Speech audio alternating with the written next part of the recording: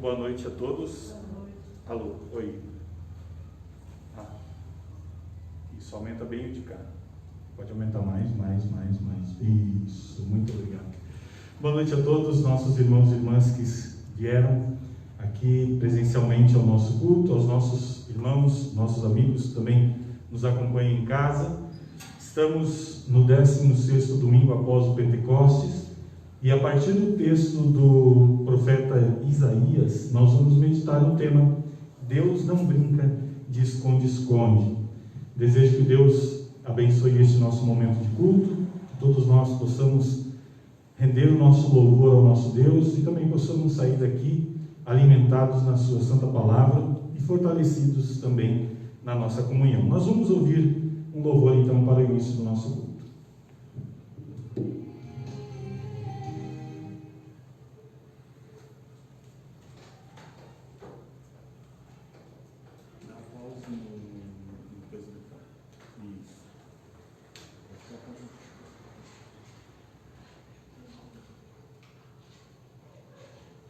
Mais um. Isso. Não, volta. Volta mais um. Agora vai de novo. Mais um clique. Agora, isso.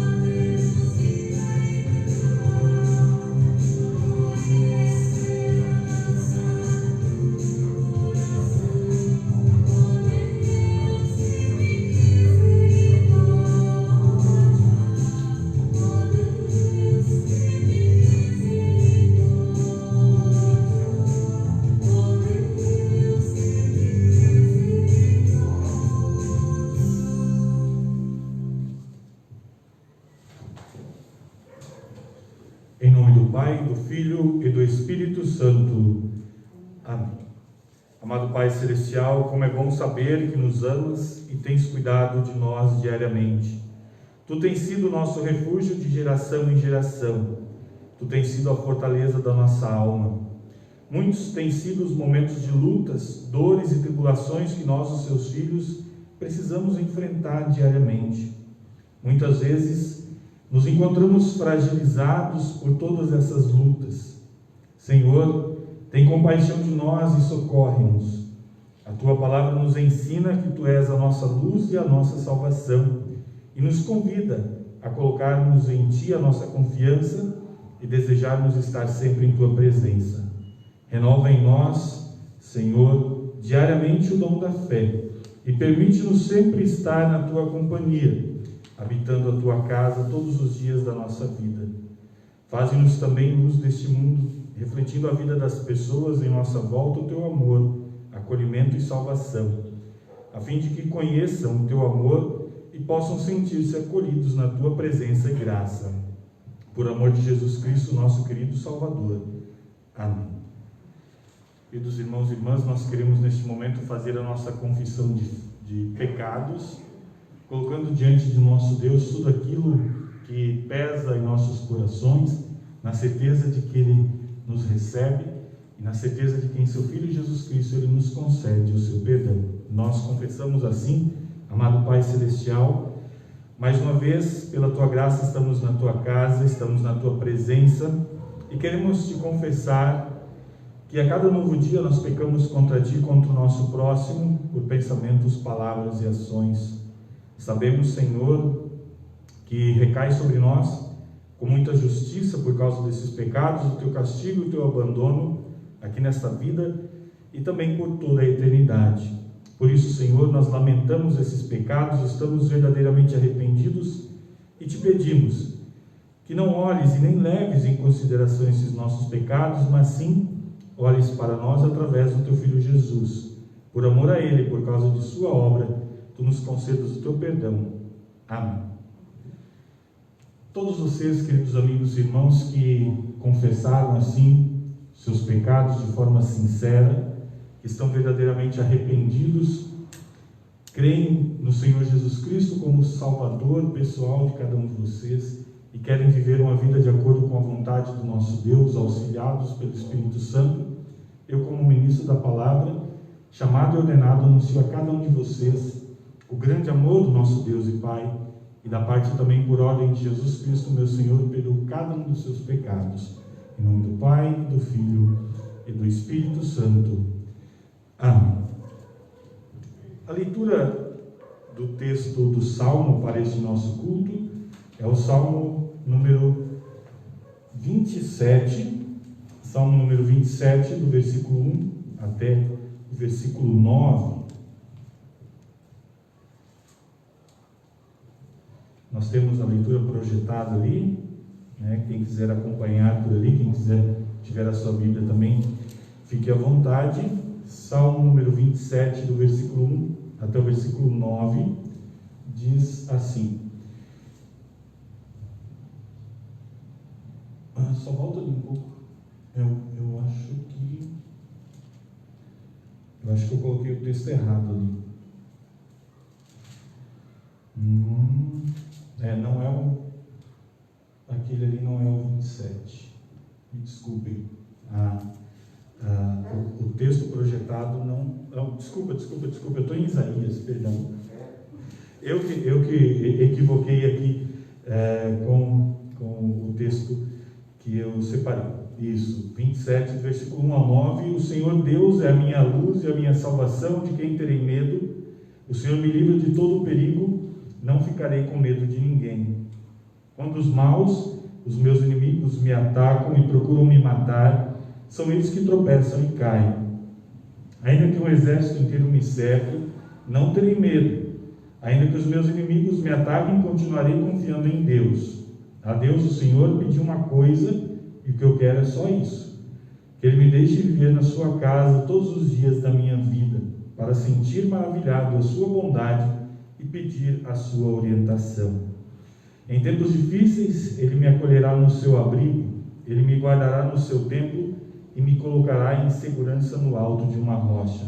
Assim vencerei os inimigos que me cercam. Com gritos de alegria, oferecerei sacrifícios no seu templo. Eu cantarei e louvarei a Deus, o Senhor. Ó Senhor, ouve-me quando eu te chamar. Tem compaixão de mim e responde-me.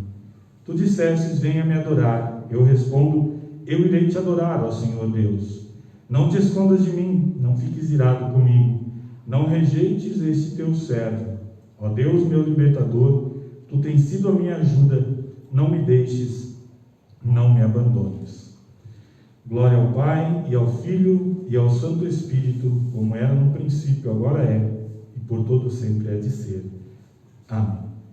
Podem sentar-se, nós vamos ouvir mais um louvor.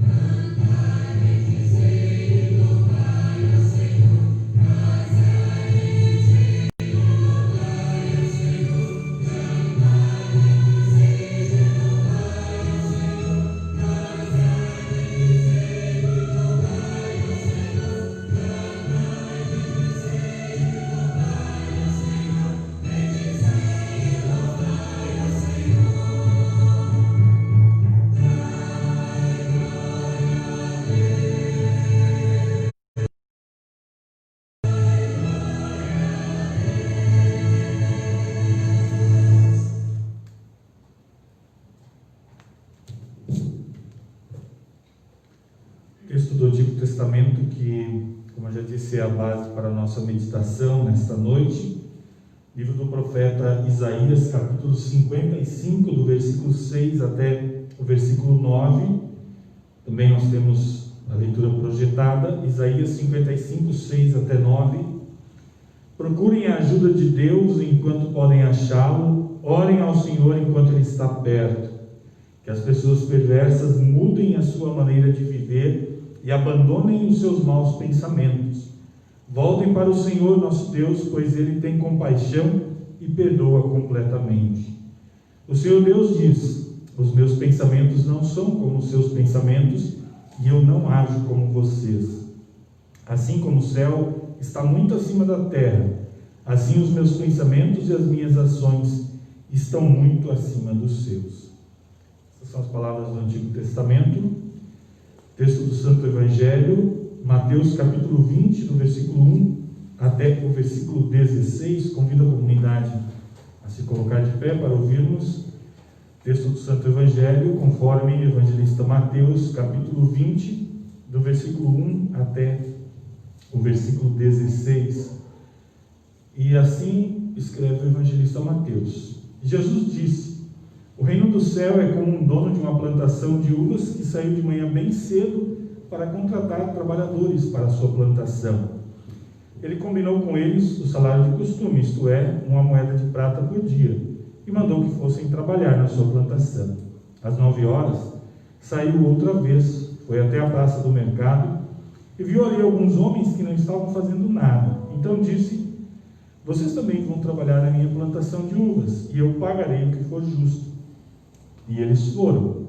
Ao meio-dia e às 3 horas da tarde, o dono da plantação fez a mesma coisa com outros trabalhadores. Eram quase 5 horas da tarde quando ele voltou à praça. Viu outros homens que ainda estavam ali e perguntou: por que vocês estão o dia todo sem fazer nada? É porque ninguém nos contratou, respondeu. Então ele disse: vão vocês também trabalhar na minha plantação. No fim do dia, ele disse ao administrador: chame os trabalhadores e faça o pagamento, começando com os que foram contratados por último e terminando pelos primeiros. Os homens que começaram a trabalhar às 5 horas da tarde receberam uma moeda de prata cada um. Então os primeiros, que tinham sido contratados, pensaram que iam receber mais. Porém, eles também receberam uma moeda de prata cada um.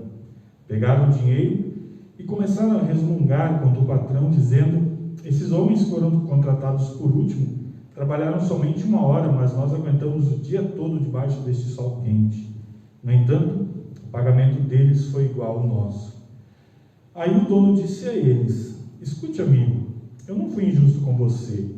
Você não concordou em trabalhar todo dia por uma moeda de prata? Pegue o seu pagamento e vá embora, pois eu quero dar a este homem que foi contratado por último o mesmo que dei a você. Por acaso não tenho o direito de fazer o que quero com o meu próprio dinheiro? Ou você está com inveja somente porque fui bom para ele? E Jesus terminou dizendo: assim aqueles que são os primeiros serão os últimos, e os últimos serão os primeiros. Essas são as palavras do Santo Evangelho. Nós vamos fazer a nossa confissão de fé com as palavras do Credo Apostólico.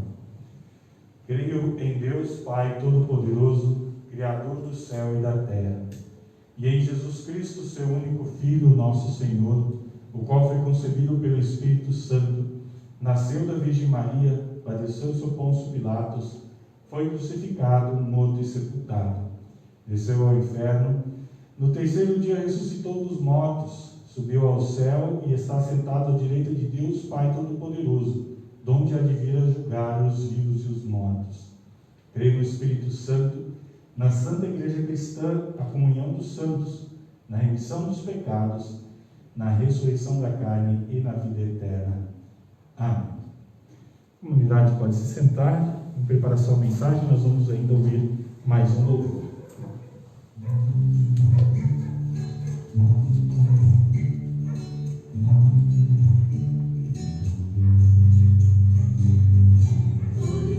Resposta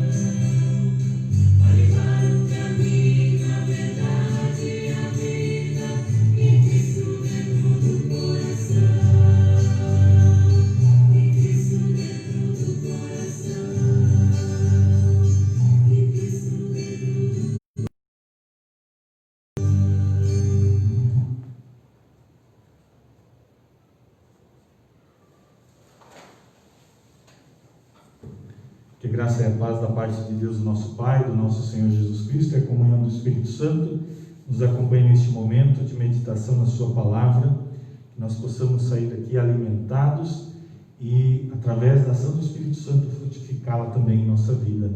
Amém. Podem sentar-se?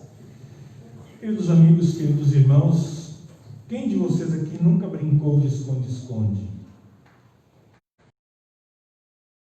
De prédio aqui não, né? Eu acho que até os piá de prédio hoje ainda brincam de esconde-esconde. Aqui na nossa rua, antes da pandemia e durante a pandemia, a criançada está correndo na rua o dia inteiro e de vez em quando eu vou ali na padaria ou saio com o Noah para dar uma volta e eu vejo a piazada brincando de esconde-esconde. Eu era pequeno, também brinquei de esconde-esconde bastante. E eu tinha um primo mais velho que ele gostava de procurar. Ele não gostava muito de se esconder. Eu julgo, nunca perguntei isso para ele, mas eu julgo que ele gostava de procurar, porque para ele era muito fácil achar os mais novos. Porque geralmente nós, os mais novos, acabávamos nos entregando, porque a gente acabava fazendo barulho. E no esconde-esconde, não basta você ter um bom esconderijo, você também tem que fazer silêncio, para que aquele que está procurando não encontre, né, com tanta facilidade onde você está. Infelizmente, nesse nosso mundo de tantas pessoas que até falam que estão procurando a Deus, essas pessoas acabam entrando num jogo de esconde-esconde.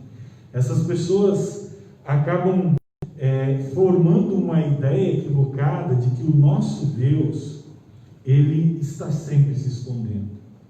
Eles formam essa ideia errada de que Deus muitas vezes até gosta dessa brincadeira de se esconder para não ser encontrado pelas pessoas.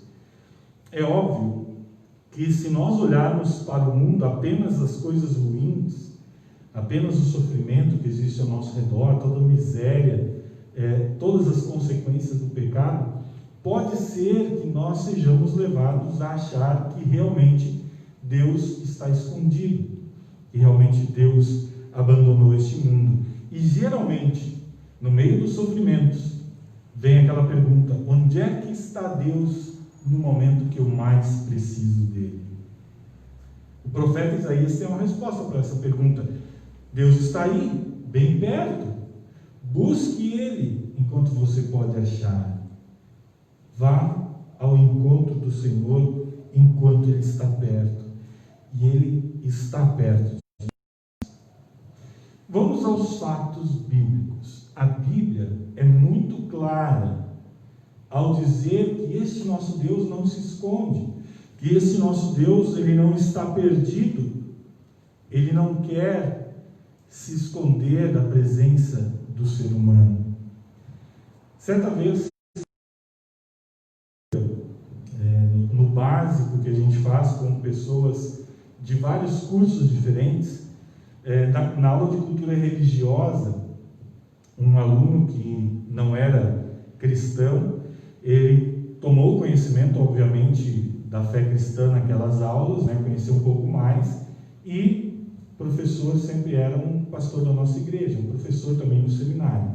E esse rapaz sempre pediu alguma orientação a mais do que aquilo que era passado nas aulas. E aí chegou no final do semestre, aquele rapaz disse para o professor assim: professor, eu vou continuar buscando a Deus.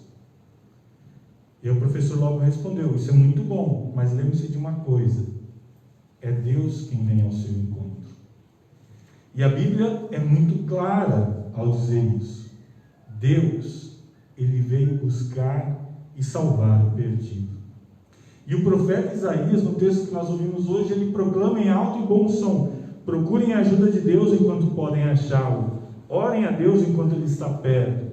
Que as pessoas perversas mudem a sua maneira de viver e abandonem os seus maus pensamentos.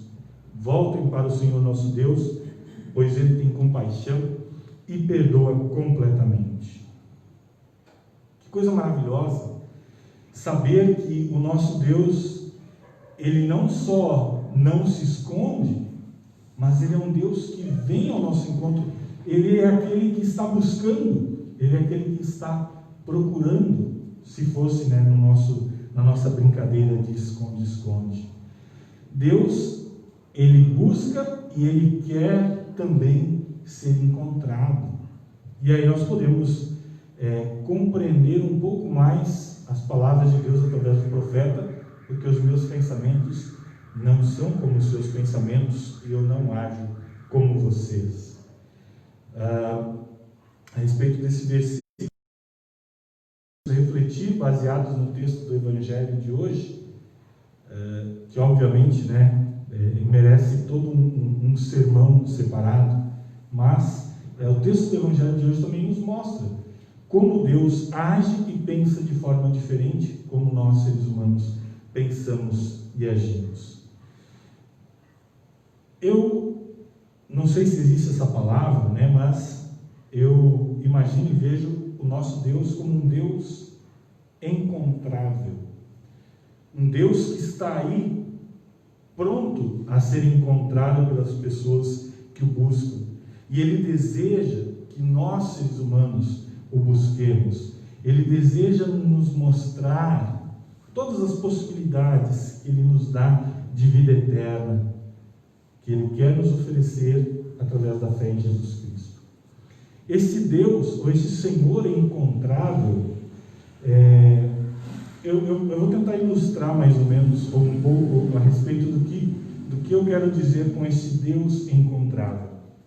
Eu li uma história uma vez, não é nenhum pastor ou professor aqui do Brasil, isso aconteceu nos Estados Unidos, de um pastor de uma comunidade pequena e um professor do seminário, né, uma pessoa muito importante dentro da igreja, reconhecido por todos. Ele estava naquele distrito, ia fazer uma palestra, e ele então entrou em contato com esse pastor, que foi aluno dele no seminário, e disse: olha, eu quero ficar na sua casa. Ele se sentiu muito honrado, né, por receber uma pessoa tão importante que ele gostava tanto, né, que foi seu professor na faculdade. No momento que ele chegaria no aeroporto, esse pastor tinha um culto, e a mulher dele foi buscar então o professor no aeroporto. Quando o pastor chegou em casa, ele logo foi procurando, né? Cadê o professor? Aí a mulher dele disse: olha, ele está brincando lá com a nossa filha, a menininha de 5 anos. E eles estavam brincando de esconde-esconde. E aí o pastor foi e encontrou o professor dele atrás de uma porta lá. Nós, adultos, né, que eles se recompusessem e cumprimentassem então o seu ex-aluno, mas não, ele estava ali dedicado à brincadeira com a menina, e ele pediu silêncio, né, por parte do pai da menina, né, para que ele pudesse continuar a brincadeira. E quando a menina o encontrou, ele se alegrou por ver a alegria dela também poder encontrá-lo naquela brincadeira.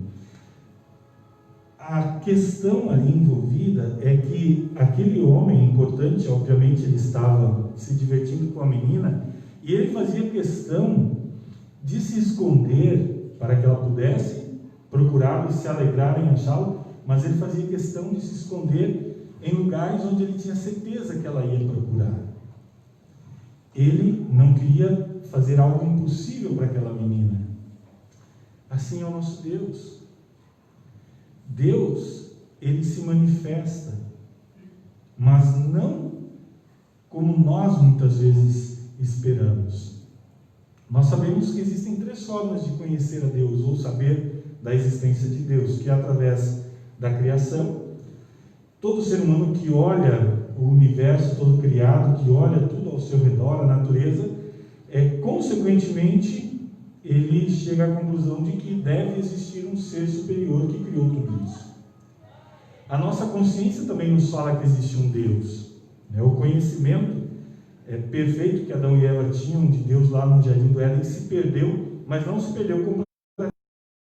O ser humano, por natureza, ele tem essa noção de que existe um ser superior. Porém, essas 2 formas são formas limitadas de se conhecer a Deus.